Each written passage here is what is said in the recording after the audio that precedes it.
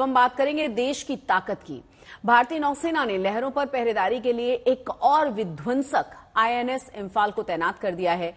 आज रक्षा मंत्री राजनाथ सिंह की मौजूदगी में मुंबई में इसे नौसेना में शामिल किया गया है। सदैव तत्पर के नारे के साथ आईएनएस इंफाल अब भारत माता की रक्षा के लिए तैयार है।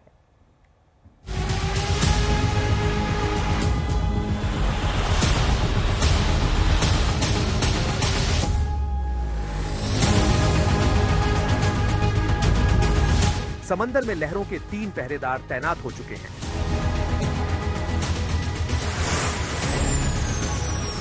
सदैव तत्पर के नारे के साथ आईएनएस इंफाल समेत 3 डिस्ट्रॉयर भारत माता की रक्षा के लिए तैयार हैं।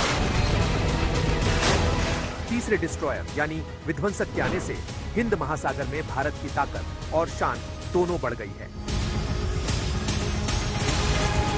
हिंद महासागर में चीन की बढ़ती घुसपैठ के बीच नया स्टील्थ गाइडेड मिसाइल से लैस आईएनएस इंफाल वॉरशिप भारतीय नौसेना में शामिल हो गया। रक्षा मंत्री राजनाथ सिंह ने आईएनएस इंफाल को मुंबई डॉकयार्ड में कमीशन किया। आजकल समुद्र में हलचल कुछ ज्यादा बढ़ गई है।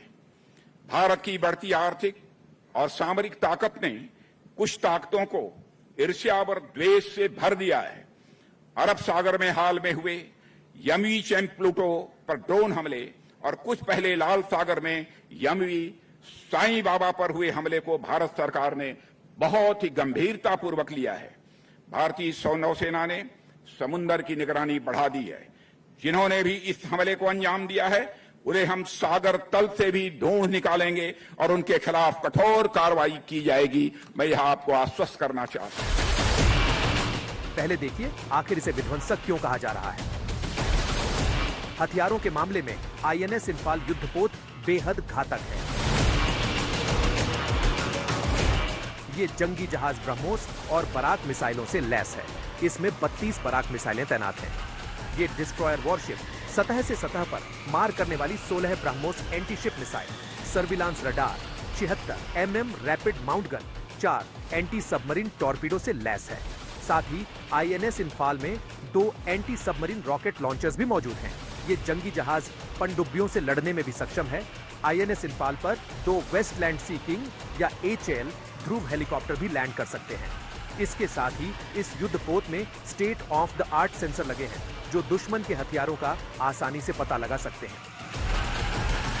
रक्षा विशेषज्ञ बताते हैं कि तीसरा डिस्ट्रॉयर आईएनएस इंफाल 90 डिग्री घूमकर दुश्मनों पर हमला करने में सक्षम है।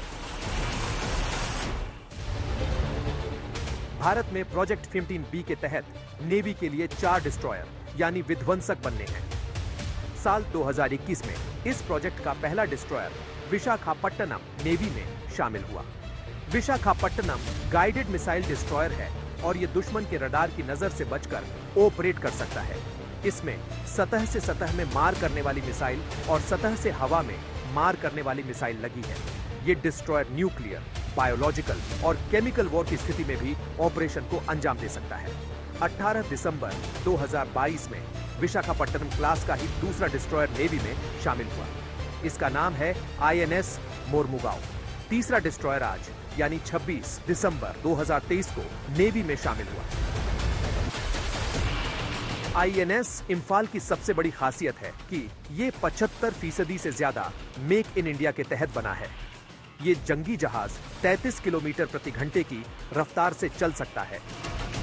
इतना ही नहीं, ये 45 दिन तक लगातार समुद्र में रह सकता है। इस युद्धपोत पर 50 अधिकारी और 250 नौसैनिक तैनात हो सकते हैं।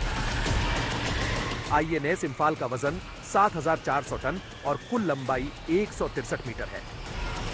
आईएनएस इंफाल को आज कमीशन कर दिया गया है। INS Imphal 75% make in India के तहत बनाया गया है, जिसमें आधुनिक उपकरण लगे हुए हैं, आधुनिक सेंसर्स जो कि इसको दुश्मन से बचाएंगे। साथ ही साथ स्टेल्थ टेक्नोलॉजी से बना आईएनएस इंफाल बेहद ही ताकतवर है। आईएनएस इंफाल में जो सेंसर्स और रडार सिस्टम लगे हैं वो मेक इन इंडिया के तहत बनाए गए हैं और इसके आसपास ये ऐसा घेरा बनाते हैं जिसमें दुश्मन जो है वो आईएनएस इंफाल को समुद्र के बीच में ढूंढ नहीं पाएगा। साथ ही साथ बराक और ब्रह्मोस मिसाइल इसको और भी ज्यादा शक्तिशाली बनाती है, जो कि दुश्मन को तुरंत ही ढेर कर सकती है।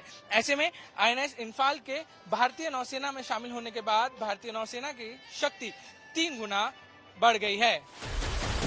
नौसेना प्रमुख एडमिरल आर हरिकुमार ने 2035 तक 170 से 175 जहाजों का बेड़ा तैयार करने का लक्ष्य रखा है, जिससे भारत की तरफ आंख उठाने वालों को करारा जवाब दिया जा सके।